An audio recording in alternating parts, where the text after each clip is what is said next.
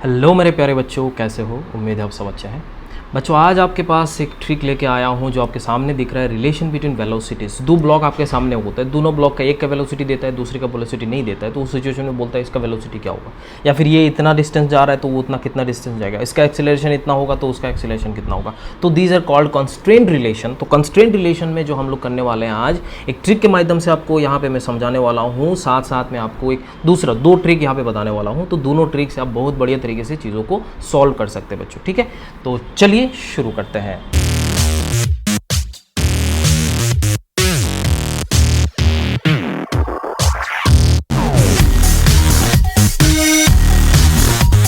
बच्चों, यहाँ पे देखिए दो एग्जाम्पल है, आपको दो अलग अलग टाइप का एग्जाम्पल दिया हुआ है। यहाँ पे एक पुली दिया हुआ है, यहाँ पे दूसरा पुली दिया हुआ है। यहाँ से एक इस वाले स्ट्रिंग को खींचा जा रहा है यू वेलोसिटी से, इस वाले स्ट्रिंग को खींचा जा रहा है यू वेलोसिटी से, और बीच में मैंने एक मास रख दिया और यहाँ पे दोनों स्ट्रिंग यहाँ पे कनेक्टेड है। पहली बात तो ये समझ में आना चाहिए, यहाँ पे जो ब्लॉक है वो किस तरफ जाएगा। अगर इस तरफ आप खींचते हो, इस तरफ खींचते हो, ये नीचे की तरफ खींच रहे होते हो, तो ऑब्वियस बात है ये ब्लॉक जो है वो ऊपर की तरफ आपका चलना चालू कर जाएगा। और यहाँ पे जो एंगल बनाया हुआ है वो थीटा डिग्री दिया हुआ है। थीटा थीटा आपको गिवन है, दोनों एंगल सेम है। यहाँ पे वेलोसिटी भी सेम है, यहाँ पे वेलोसिटी सेम है। अब बात यहाँ पे, ये स्ट्रिंग अकेला आप नहीं खींच रहे हो, दोनों स्ट्रिंग एक ही साथ खींच रहे हो, तो उसके इन्फ्लुएंस में ये कितना ऊपर जा रहा है वो आपको बताना है। दूसरे वाले डायग्राम में आपको यहाँ पे दिख रहा है ब्लॉक यहाँ पे दिया हुआ है, इसका वेलोसिटी गिवन है, इसमें वेलोसिटी आपको निकालना है। ये एंगल आपको दिया हुआ है 37 डिग्री, ये आपको एंगल दिया हुआ है 53 डिग्री।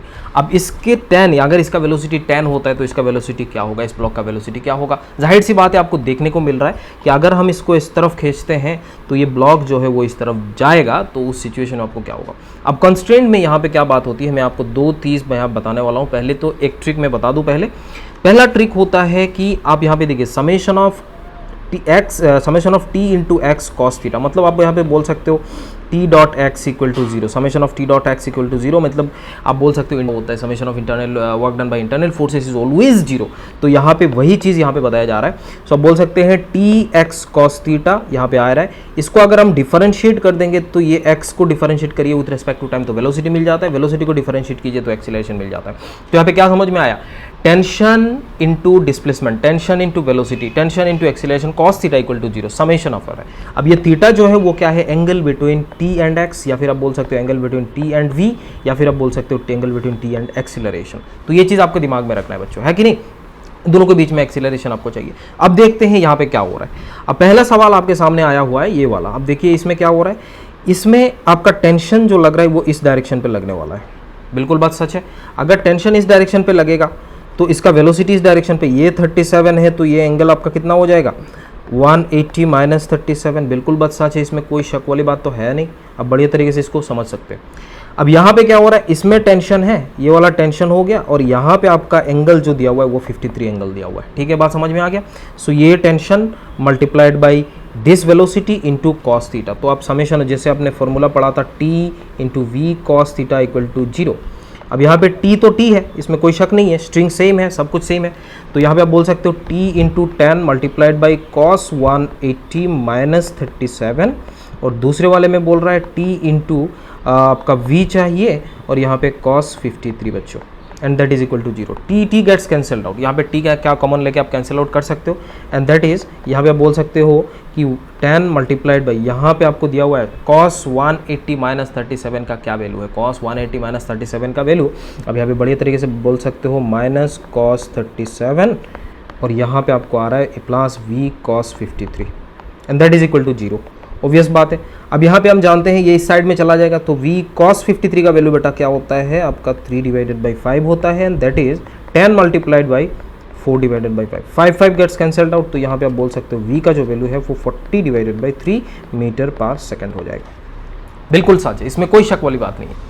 लेकिन मैं दूसरा तरीका आपको यहाँ पे बताने वाला हूँ। दूसरा तरीका जब बताऊंगा तो आप समझ लीजिएगा। पहला ये मेथड आप समझ लीजिए, क्या समझ लीजिए आपने, कि T summation of T into V cos theta equal to zero, T into V cos theta equal to zero. अगर यहाँ पे एक्सीलरेशन होता, सपोज यहाँ पे एक्सीलरेशन दिया था 10 मीटर पर सेकंड स्क्वायर, देन आप T into acceleration cos theta summation करिए इक्वल टू जीरो लगाइए, बस खाल खत्म। दूसरा यहाँ पे सवाल को देखिए बच्चों, इस वाले सवाल को देखिए, यहाँ पे u चल रहा है, यहाँ पे u चल रहा है। बिल्कुल बात सच है, ये मास है, आपको इस तरफ आपको वेलोसिटी होगा, ऑब्वियस बात है, ये ऊपर के डायरेक्शन पे जाएगा, ये हमें समझ में आ जाता है। क्या जाएगा, v डायरेक्शन पे ऊपर की तरफ जाएगा। अब यहाँ पे किसी भी एक पर्टिकुलर स्ट्रिंग को ले लीजिए, इस स्ट्रिंग में देखिए आपका टेंशन जो होगा वो ऊपर के डायरेक्शन पे होगा, आप नीचे की तरफ खींच रहे हो तो टेंशन ऑब्वियस बात है ऊपर की तरफ होने वाला है, और यहाँ पे इसको खींचा जा रहा है तो ये टेंशन इस तरफ, तो किसी भी एक साइड को आप ले लीजिए, काम बन जाएगी। अब यहाँ पे देखिए, या दोनों साइड से भी आप लिख सकते हो, कोई प्रॉब्लम नहीं है, यहाँ पे टी लगा दो, यहाँ पे भी टी आने वाला है ना, तो ये समझ में आ जाता है। लेकिन किसी भी एक टेंशन एक साइड का लोगे तो आपको आराम से समझ में आ जाएगा। अब यहाँ पे क्या करना है, इस वाले में देखिए 180 हो रहा है, T into U cos 180 degree हो जाएगा, and plus T into V cos theta, and that is equal to 0। बिल्कुल सच है, मैंने एक साइड का लिखा है, ये कैंसिल आउट हो गया। तो अब यहाँ पे देखिए, यहाँ पे u यहाँ पे माइनस में आ जाएगा, एंड दैट इज यहाँ पे उस तरफ चला जाएगा, तो ये माइनस v कॉस थीटा आ जाएगी।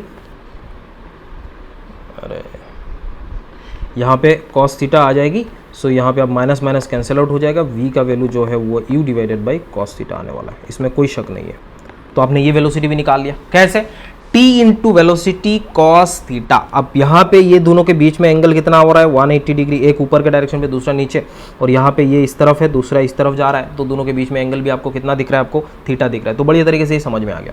बट मैंने आपको प्रॉमिस करा था कि दूसरा मेथड भी मैं यहाँ पे बताने वाला हूँ। जब भी आप यहाँ पे देखिए कंस्ट्रेंट प्रॉब्लम में आ रहा है, तो ये सब प्रॉब्लम्स को हम लोग बोलते हैं पुली कंस्ट्रेंट, या फिर आप बोल सकते हो स्ट्रिंग कंस्ट्रेंट। सिंपल अगर बोला जाए तो स्ट्रिंग कंस्ट्रेंट बोला जाता है, इस टाइप का प्रॉब्लम्स को आप बोलते हैं स्ट्रिंग कंस्ट्रेंट। ठीक है बच्चों। अब स्ट्रिंग कंस्ट्रेंट का मेन इंपॉर्टेंट बात है velocity along the string always equal. मतलब दोनों ब्लॉक का अगर यहां पे देखा जाए तो दोनों ब्लॉक में भी आप ये चीज देख सकते हो कि velocity along the string is always equal, हमेशा इक्वल होने वाला है। तो अगर मैं इस सवाल को देखूं तो इस सवाल को मैं फटाक से यहां पे बना लेता हूं। देखिए ऐसा सिचुएशन आपके सामने बना हुआ है, ऐसा दिया हुआ है, इसमें ऐसा दिया हुआ है, तो इसमें एंगल आई थिंक ये 37 दिया हुआ था, 53 दिया था, एक सेकेंड, हाँ ये 37 दिया हुआ था, ये 53 दिया हुआ है, तो ये एंगल 37 है, ये एंगल आपका 53 दे रखा है। ठीक है। अब बात क्या है, इसमें वेलोसिटी आपको दिख रहा है 10 मीटर पर सेकंड, है कि नहीं, इसमें आपका वेलोसिटी निकालना है। तो मैंने कंस्ट्रेंट में क्या बोला था कि velocity along the string is always equal. तो अब यहाँ पे देखिए इसका वेलोसिटी, ये b का वेलोसिटी इस तरफ है, a का वेलोसिटी इस तरफ है, तो b का वेलोसिटी इस तरफ है, इसका v का वेलोसिटी का अलोंग द स्ट्रिंग क्या कंपोनेंट आएगा, देखिए इसका इस डायरेक्शन पे कंपोनेंट आएगा, v इस तरफ जा रहा था, है कि नहीं, तो इसका एक कंपोनेंट आ जाएगा, तो इस डायरेक्शन पे आ जाएगा, तो इसमें वैल्यू लिख सकते हैं आप cos 53 डिग्री। बिल्कुल सच बात है, इसमें कोई शक नहीं है, बिल्कुल सच है।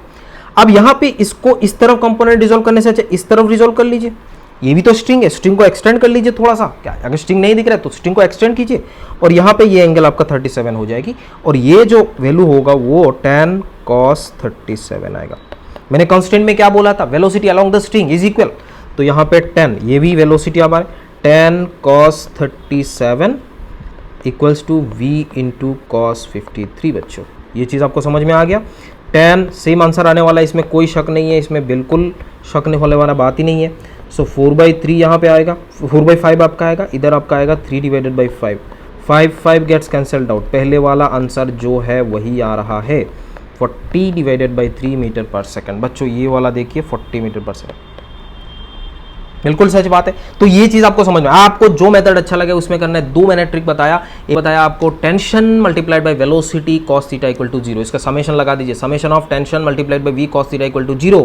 इस मेथड से आप कर सकते हैं, नहीं तो दूसरा मेथड आप क्या लगा सकते हैं, velocity along the string is always equal. भाई साहब ये दोनों मेथड आप लगाइए, फटाक से आंसर निकाल लीजिए और आपका आंसर ऑप्शन टिक लगा दीजिए, बस खेल खत्म।